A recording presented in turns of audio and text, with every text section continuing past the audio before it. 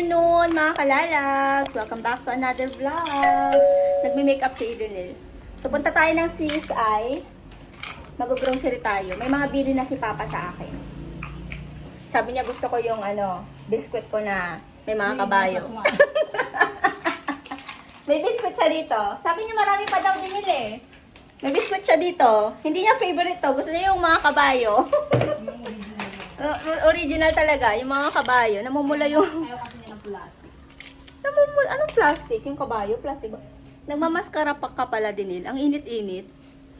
Waterproof ba yan? ako wala lang. Dito, eyelashes extend. Ano lang?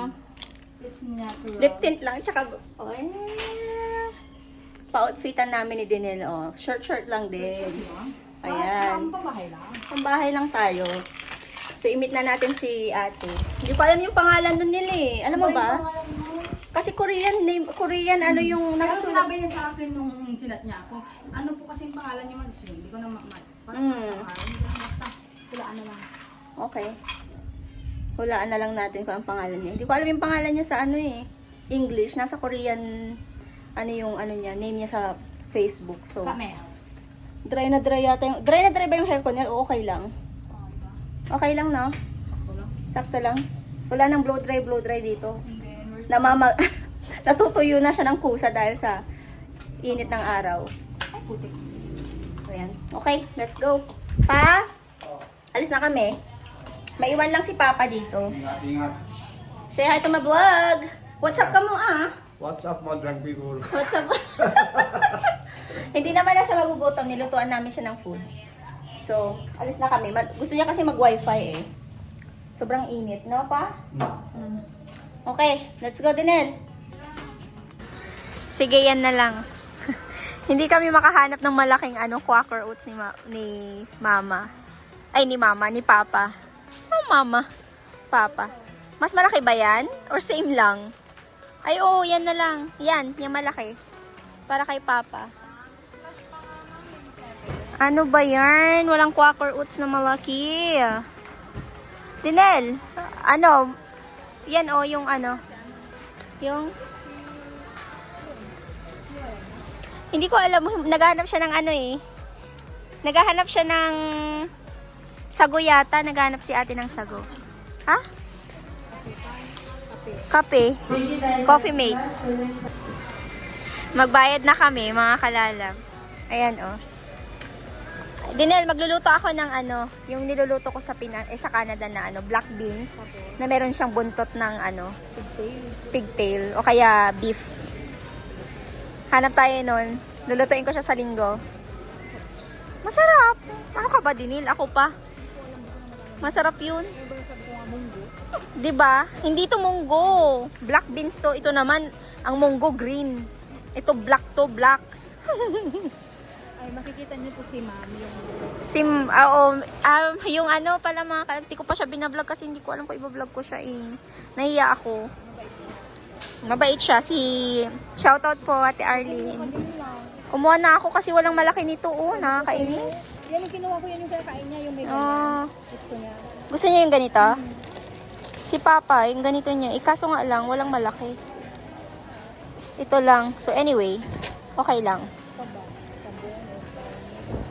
Tapos na ayan. Nandito na kami sa apartment, mga kalalabs. Sobrang nakakapagod. At sobrang init. At we have lots of mangoes. Yeah. So, si Ate Arlene, nagbigay siya ng mangga, nagbigay siya ng langka. Ang daming mangga, mga kalalabs. Pumunta pala kami dun sa bahay niya. Si Ate Arlene, siya yung subscriber natin. Kinakain niya kami ng lunch, binigyan kami mangga, binigyan kami langka. Punta kami dun sa bahay. Huwag mo na i-rasinin. Parang yung tumigas. Ay, okay, dun sa baba. Oh my gosh. Inom tayo ng tubig, pahinga, tapos lalarga ulit. Maya-maya pa naman. Kakain ako. So, kumain ng isda. Rice. Rice tsaka isda. O, diba? Kakain lang. Kanina pa kasi ako natatakam dun sa sa ulam. Sabi ko, ay gusto kong kumain pagdating dun sa sa apartment. Ay, may ilaw dyan na kayo. Init. Sobrang init, namumula ako. Oh. O, diba? Mistisa ka? Ayaw nga pala, nagbigay din pala siya ng gift. Anong pinapanood mo pa? Ala, kinain na ni Papa yung Miss Arlene. Remote mo pa. May binigay siya kay kay Tantan. Tsaka kay Jacob. Ito oh. Para sa laway daw nila Jacob at saka ni Tantan. Thank you po. Pa, binigay yan ni Miss Arlene. Tapos na chocolate. Thank you. Coffee. Chocolate and coffee from Korea. Ano yan? Chips. Tapos ito oh. Ay, grabe naman. Nakakatuwa naman siya. Noodles. Tapos noodles. Ayan. Seaweed. Ayan. Seaweed pa lang tawag dito. Hi. Salamat po, Miss Arlene. Ilagay ko na lang yung picture namin dito oh. Pling! Ayan pa, kainin mo yan ah. O, diba? Happy? Ito yung remote mo. Iboy, mo na ulit. I-switch mo na ulit yung mo, TV mo.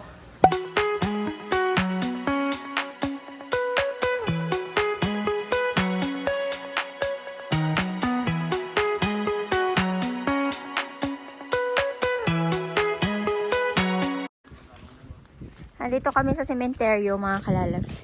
Bisita muna kami kay Mama bago sa bahay. Sa dating bahay pala. Hello, Mother! How are you to find out?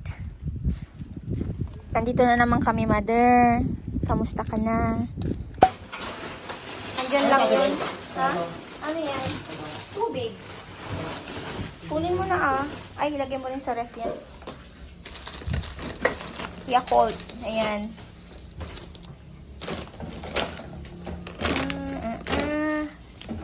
Meron pa ba na pwedeng i-ref? Ang bango ng langka. Sarap ng amoy. Ano pa ba yung natin yan? Meron Sprite. Sprite ni Eden yun. Andyan. Ano to? Nagkakape pa. Animas. Grabe. The addict sa kape. Gandang gabi na, mga kalalabs. Hindi na ako nakapag-update sa inyo. So, di ba pupunta kami doon sa, binisita namin si Mama. Tapos, umuwi kami sa apartment. May inayos lang namin yung grocery and then, bumalik na kami dito. Hindi ko na binlag yung dating bahay kasi mga kalalabs, hindi na po kami may-ari noon. Iba na may-ari. Nakakahiya naman ko, iba-vlog ko pa yung bahay, no? Pero napakaganda na nung bahay. So, nagpagawa sila ng dirty kitchen. Tapos, nagpagawa sila yung sa kitchen nila, ginawa nilang anong tawag doon? Yung tiles na, hindi kagaya nung sa akin kahoy, di ba dati? So, excuse me naman dito, hindi ko alam kung saan galing to, nakagat. So, ayun na nga, may ikukwento pala ako sa inyo, mga kalalabs. So, ito na nga, hindi ko alam kung maniniwala kayo sa kwento ko, no? So, hindi ko alam kung naniniwala kayo sa mga mangko, yun. Alam niyo yung mangko, yung gumagawa ng hindi maganda sa inyo, yung alam mo ba tinatawag mangkukulam, ayun, kung naniniwala kayo. So, may nakilala si Edenil na isang tao na nakakita na may gumagawa sa amin. So, una kay Papa, kay Edenil, ako at kay Junior, yung bunso namin. So, sobrang nakakaloka kung na-video lang namin yung nangyari na kung paano pinapatanggal ng manggagamot doon sa mangkukulam yung ginawa niya sa amin. Kaya pala yung nangyayari sa amin is hindi normal. So si Edenil, madalas din siya magkasakit ng ulo, tapos pagtulog siya, hindi siya yung, anong tawag doon, Ramsey, yung diwa niya, gising. Tulog siya, pero yung diwa niya, gising. Tapos si Papa din ganun, yung sa sakit din ng ulo. Tapos ako, si Junior madalas din yan. Every Friday kay Junior. So, ayun na nga. Hindi ko alam kung sino siya. Hindi namin alam kung sino siya. Kasi, hindi naman sinabi nung sa amin, naggamot. Kasi, para sa safety din. Kasi, ayaw niya din na, pag sinabi namin is magkaroon ng gulo. Kaya hindi niya sinabi kung sino yung gumawa sa amin nung bagay na yon. So, nag-post nga ako sa Facebook, sa Instagram ko, nag-post ako sa Instagram ko, sa, Facebook page ko, na sabi ko, kahit anong gawin mo sa pamilya ko at saka sa akin, hindi ka mananalo kasi God is watching us.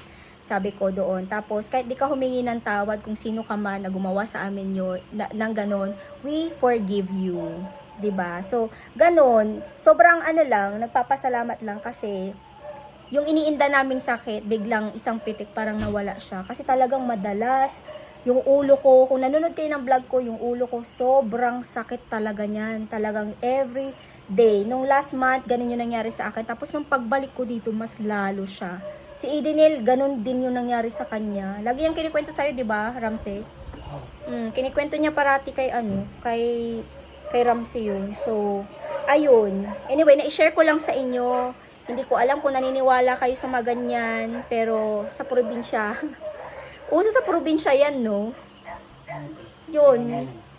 Hindi ko alam kung inggit, may galit, kung may nagawa ba kami, or ano man. Kung sakaling ikaw ay nanonood sa akin, hindi ko alam kung anong kasalanan namin sa'yo. Pero isa lang maasabi namin, God bless you, and sana hindi mo na ulitin kung ano yung ginawa mo sa amin. Kasi wala kaming inaapakang ibang tao. Never akong nakaisip na may inapakan kaming tao or nakagalit. So hindi ko din alam kung ano yung motibo mo kung bakit ganun yung ginagawa mo. So, ayun, na-share ko lang sa inyo kasi para malaman nyo din. Ay, siya nga pala, sasabihin nyo, tatanungin nyo siguro, paano nyo malalaman na kinukulam ka ng isang tao? Yung sa daliri daw, Dinel, halika nga dito. Halika dito, pakita natin.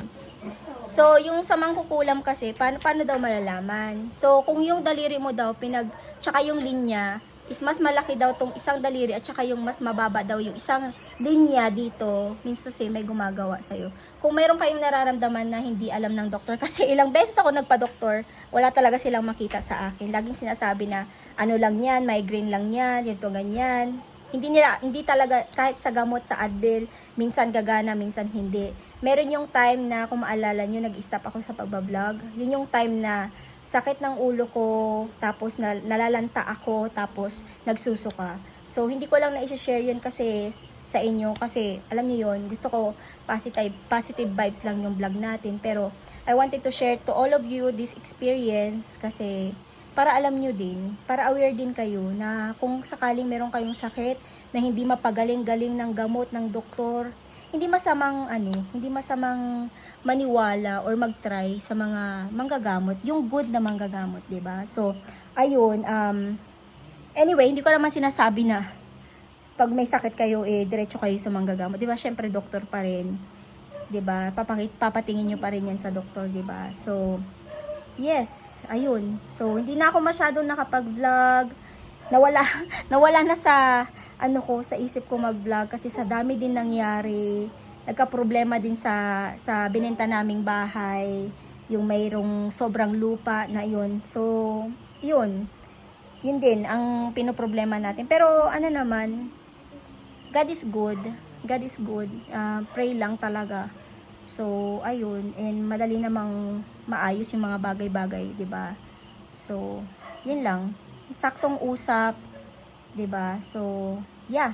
Anyway, I'll be ending my vlog here, mga kalalabs. Gabi na rin. So, good night from the Philippines. And thank you all for watching. Maraming salamat po. And God bless us all. Good night. Bye-bye.